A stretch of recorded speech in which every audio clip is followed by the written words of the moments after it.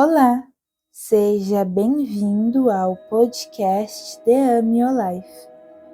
Eu sou Lia e hoje trago para vocês o desfecho das minhas aventuras em Torres.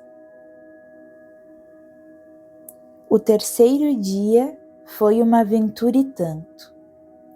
Para entender meu ânimo ao amanhecer, vale voltar um pouco na noite anterior. Depois da celebração na praia, o recolhimento em casa trouxe à tona alguns processos internos pesados. Foi uma daquelas noites de trabalho silencioso e consciente. Escolher não nutrir ressentimentos, buscar o aprendizado sutil e alquimizar o desconforto em paz. O sentimento foi transmutado, mas o corpo e a mente sentiram o peso do dia. Entre entregas espirituais, dança, caminhada e esse recolhimento denso à noite, fui dormir exausta. Ainda assim, deixei o despertador ajustado para as 7 da manhã. Mesmo cansada e com a possibilidade de céu estar nublado, senti que valia a pena testar a sorte. Havia alguns impedimentos no caminho. Primeiramente, o cansaço em si e a vontade de ficar quentinha no edredom dormindo até mais tarde. Mas além disso, nessa viagem eu vivi uma experiência bem interessante com a cachorrinha da casa, que não parava de latir e rosnar para mim cada vez que me via. Como já fui mordida por cachorros algumas vezes, meu corpo reage com medo quando isso acontece, de uma maneira até meio irracional. E a cachorrinha, por mais dócil que fosse, sentia esse medo emanando de mim e, como um espelho, refletia ele de volta.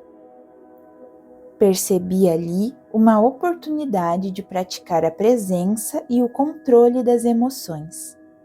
E finalmente, no terceiro dia de convívio com ela, conseguimos ficar em paz. Ainda bem, porque se ela continuasse rosnando para mim enfurecida, eu não teria conseguido ir até o varal nos fundos da casa para recolher minhas calças e teria que ir para a praia de pijama. Sendo assim, os 2 primeiros obstáculos do dia foram vencidos. Venci as garras do edredom e controlei as emoções para conseguir vestir minhas calças. Agora, a questão era destravar o portão elétrico para poder abrir manualmente. Meu Dindo já havia me explicado que ao abrir a porta do motor, havia de se puxar uma alavanca. Mas eu procurei e procurei por aquela alavanca, quase arranquei a capa do motor e não consegui destravar o portão. Como eu já tinha vencido uma série de obstáculos para estar ali na frente daquele portão, eu não poderia simplesmente desistir, tirar as calças e deitar na cama derrotada. Eu precisava ir até o final. Então, a brilhante ideia, a única alternativa possível, pular o portão. Que cena engraçada! Eu escalando o muro e pulando para fora da casa. Devo dizer que me deu uma boa dor no braço, porque em vez de pular diretamente para o chão, eu quis me segurar no muro e acabei me contorcendo toda. Como dizemos aqui no Rio Grande, que fiasco! O que importa é que consegui vencer o último obstáculo e agora o caminho da praia era uma linha reta de menos de 1 quilômetro. Sem energias, nem mesmo música quis ouvir nos meus fones. Só queria chegar no meu objetivo. Ao me aproximar da beira-mar, me surpreendi ao ver que já havia pessoas correndo no calçadão. E ao entrar na praia, mais pessoas ainda. 3 mulheres conversavam animadas, tirando fotos e apreciando o amanhecer. Sentei-me não muito distante delas, mas eu não compartilhava daquela mesma animação. E para completar, o sol não se deixava ver nem mesmo um pouquinho de trás do mar de nuvens cinzentas. Na tarde anterior, apesar de estar nublado, o horizonte se limpou na hora do pôr do sol, e uma faixa de cor de rosa e amarelo preencheu o céu por um bom tempo. Mas aquela manhã não reproduziu o mesmo espetáculo. O máximo que se podia ver era um leve brilho no horizonte. Talvez meu cansaço tivesse sido compensado se o sol brilhasse forte sobre o mar. Mas naquele início de manhã, sentia-me arrependida de não ter ficado no quentinho da cama. Para piorar, eu havia pulado o muro, então agora estava presa do lado de fora, visto que não era possível escalar de fora para dentro da casa. Eu teria de esperar até meus dindos acordarem para poder entrar de novo. Fiquei desanimada com essa ideia. Tentei respirar, mas realmente não tinha forças. As emoções densas da noite anterior e a constatação de que não veria o sol nessa viagem voltaram a me atormentar.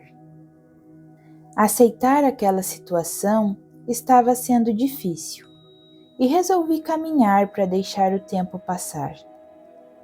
Caminhei de um lado a outro da praia, conversando comigo mesma e tentando sentir o divino nas ondas do mar, como eu havia escrito há apenas 2 dias.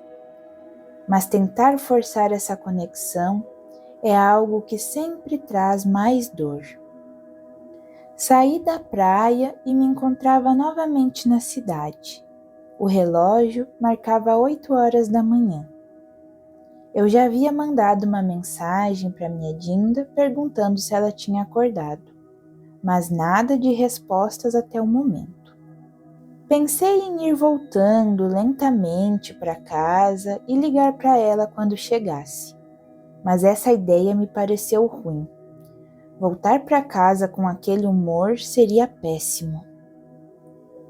Então resolvi caminhar em direção às rochas do dia anterior, para buscar um lugar onde eu pudesse encostar as costas e relaxar meu corpo. Encontrei o lugar perfeito, a parte gramada da prainha. Estendi minha canga na grama numa parte inclinada, que me permitia olhar para o mar ao me deitar. Foi o instante exato em que meu corpo finalmente se rendeu, soltando todo o peso e ficando totalmente apoiado no chão. Percebi que eu não havia escutado nenhuma música o dia todo, nem rezos, nem pontos. Então coloquei um rezo indígena bem calminho para tocar e sem nenhum esforço as ondas do mar começaram a ganhar um brilho especial. Eu respirava lentamente ouvindo a música, às vezes de olhos fechados, às vezes observando as ondas. E logo comecei a relaxar e me abrir, sem forçar. Com o tempo, uma música após a outra, uma respiração após a outra, aqueles pensamentos de frustração, arrependimento e tristeza foram se dissolvendo. Uma paz tranquila tomou lugar.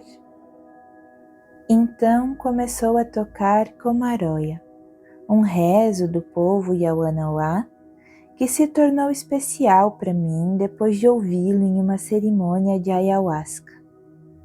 Escutando, senti vontade de cantar.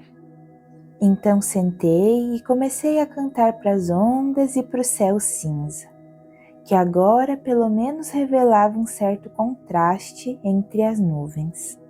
O sol subia no céu e o dia clareava. Cantando, senti que era o momento de tocar o maracá e quis mudar de lugar. para ficar mais perto das rochas e do mar.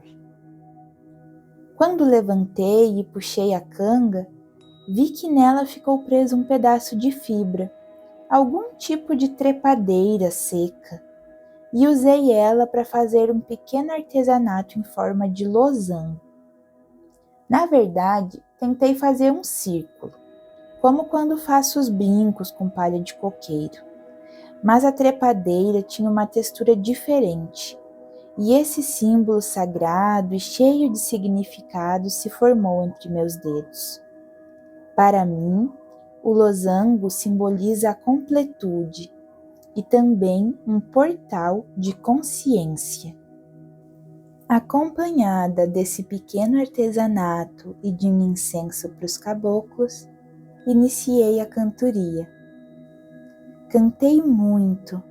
O bom de cantar é que quando começo nunca quero parar. Dá vontade de cantar a manhã toda. Quando terminei, senti de fazer outra oração, como a da tarde anterior. Subi nas pedras e comecei a agradecer e agradecer sem parar. Não foi possível pensar na sacralidade daquelas rochas sem pensar no povo guarani, com quem aprendi que as rochas são nossos ancestrais. Agradeci a esse povo novamente, de todo o coração. Agradeci a Iemanjá e finalizei meu rezo chacoalhando o maracá. Recolhi minhas coisas para ir embora, e quando eu estava descendo pela calçada, pensei comigo mesma, melhor ir pela praia. Então desci uma escada que havia bem ali mesmo onde eu parei, e para minha surpresa, encontrei o meu grande presente do dia, um rosto indígena esculpido na pedra. Fiquei tão emocionada de ver aquele rosto ali, bem nas pedras onde eu estava rezando há poucos instantes. Tirei logo uma foto da escultura e bem pertinho dela havia umas flores de cor lilás vibrante, de uma beleza única e quase poética. Essas fotos fecharam com chave de ouro essa bendita manhã.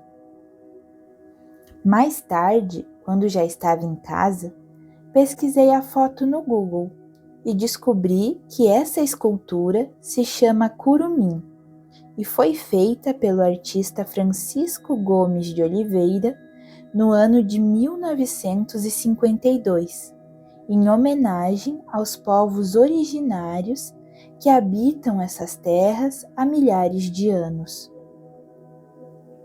Achei esse artista revolucionário, por expressar um sentimento de honra aos povos originários numa época onde o preconceito era ainda maior do que o que vemos hoje. Fiquei feliz de ver essa escultura persistindo por mais de 70 anos. Eu estava leve, tranquila. Já eram quase 10 horas da manhã. Até o momento, minha Dinda ainda não tinha respondido a mensagem que mandei. Mas algo dentro de mim sabia que ela ia responder na hora certa. Foi caminhando na direção de casa, esperando a notificação do celular chegar a qualquer momento, que tive uma ideia que testaria a minha intuição e as sincronicidades. Decidi dobrar na esquina e fazer uma parada no mercado na rua de trás de casa. Justo quando saí do mercado, recebi a mensagem dela dizendo que já estava acordada. Bem que eu sabia que seria no tempo perfeito. Quando cheguei na frente da casa, contei para ela que eu havia pulado para fora e por isso precisava dela para poder entrar. Foi então que ela me mostrou como era ridiculamente fácil abrir o portão. Não precisava de alavanca nenhuma, só abrir a portinha do motor. Não pude deixar de rir de mim mesma fazendo toda aquela aventura de pular o muro. Mas olhando bem, foi graças a isso que eu tive a melhor manhã de todas. Uma manhã que começou pesada e triste, se transformou na mais pura alegria e leveza, com direito a presentes da vida.